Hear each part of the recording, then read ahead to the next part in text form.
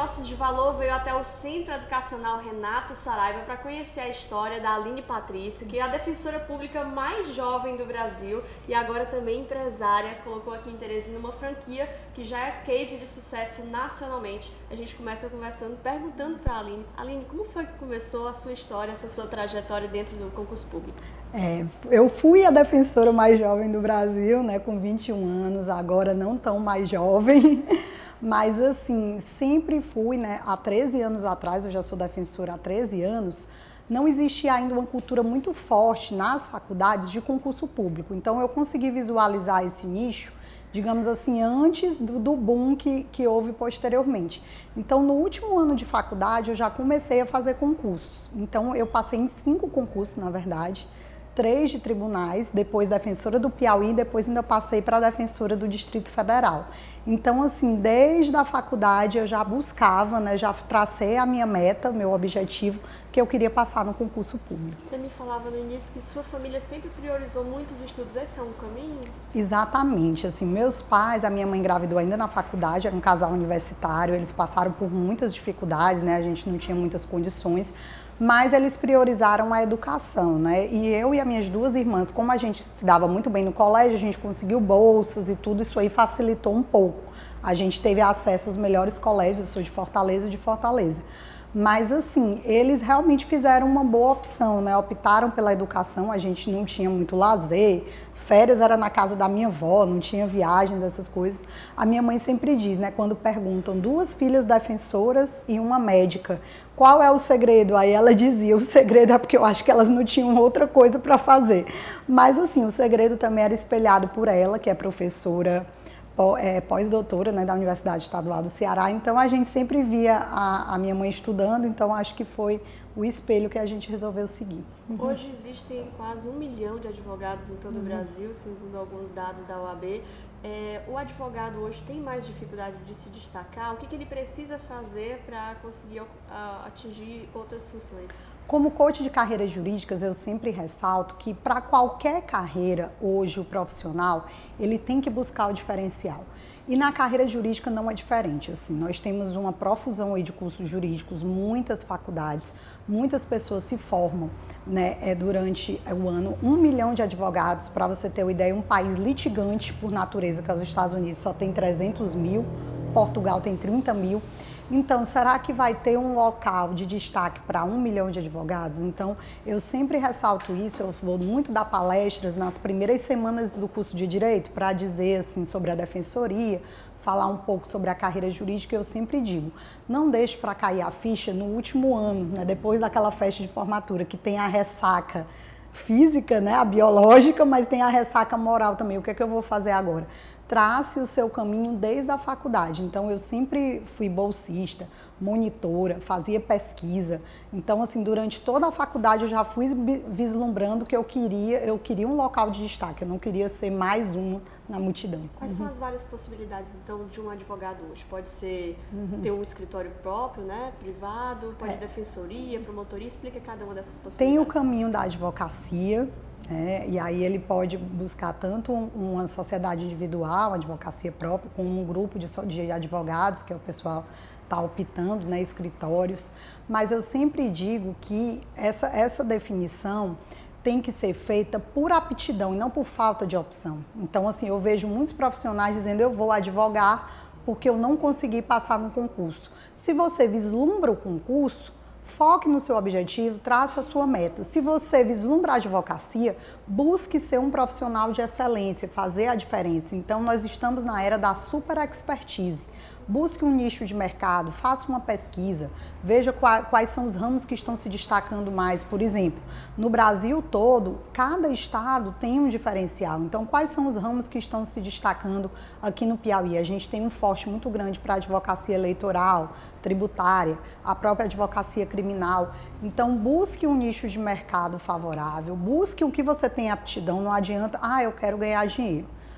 Vou ter que seguir por esse caminho. Mas será que é o caminho que você tem aptidão? Será que é aquilo que é mais favorável às suas qualificações, às suas aptidões? Isso aí o profissional tem que pensar. Por que você escolheu o caminho da Defensoria Pública?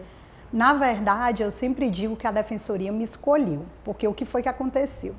eu me formei, fui muito jovem defensora, com 21 anos, e aí eu queria fazer concurso, procurei o concurso mais próximo, né? Não vou fazer o concurso da Defensoria do Piauí. Porque, na verdade, eu estagiei a faculdade inteira no Ministério Público Federal e eu queria ser procuradora da República. Só que precisava de 3 anos de formada.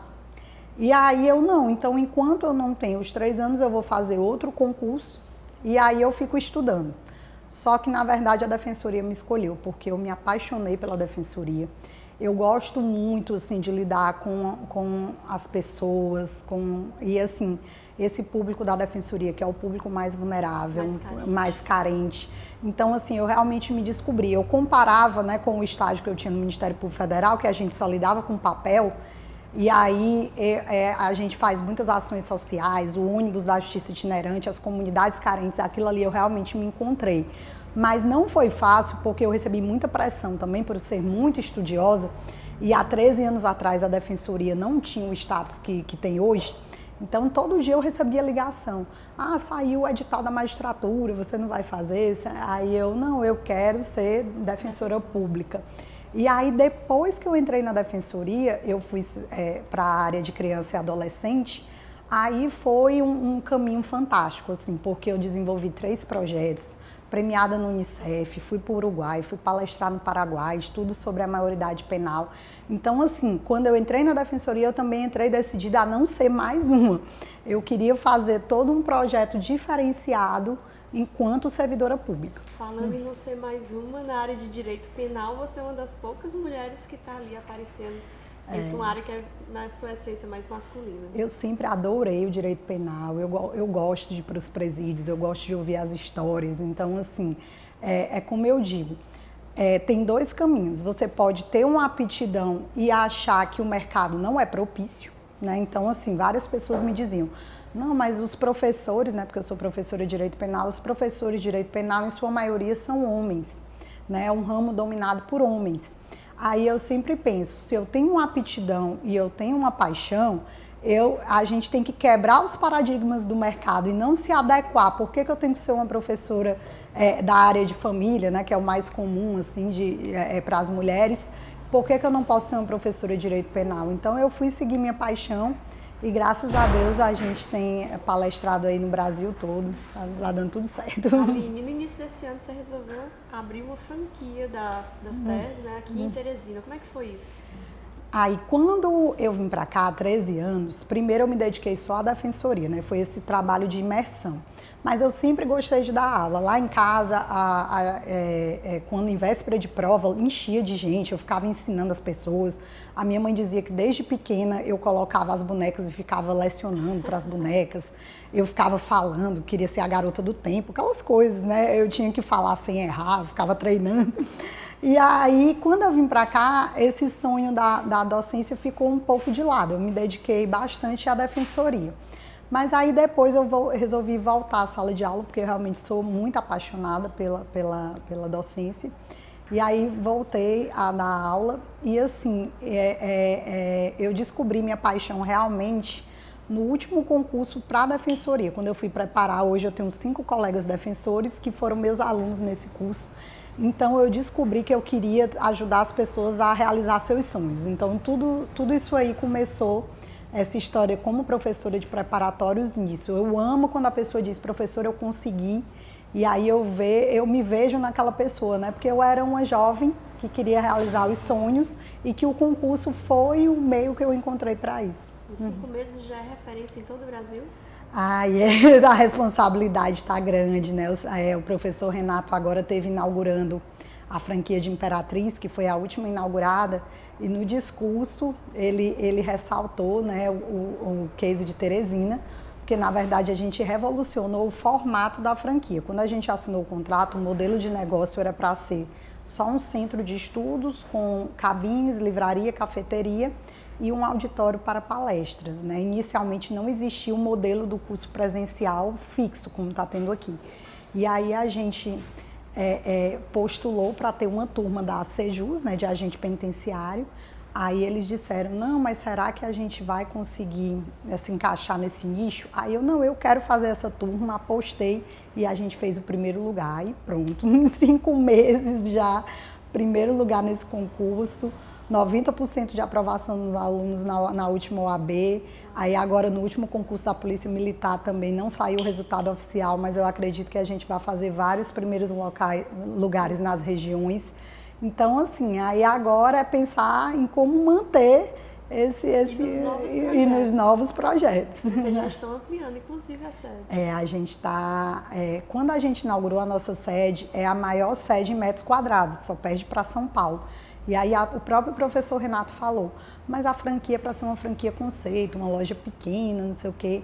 Aí a gente, calma, professor, Teresina é diferenciado, porque a gente tem um público um perfil de estudantes.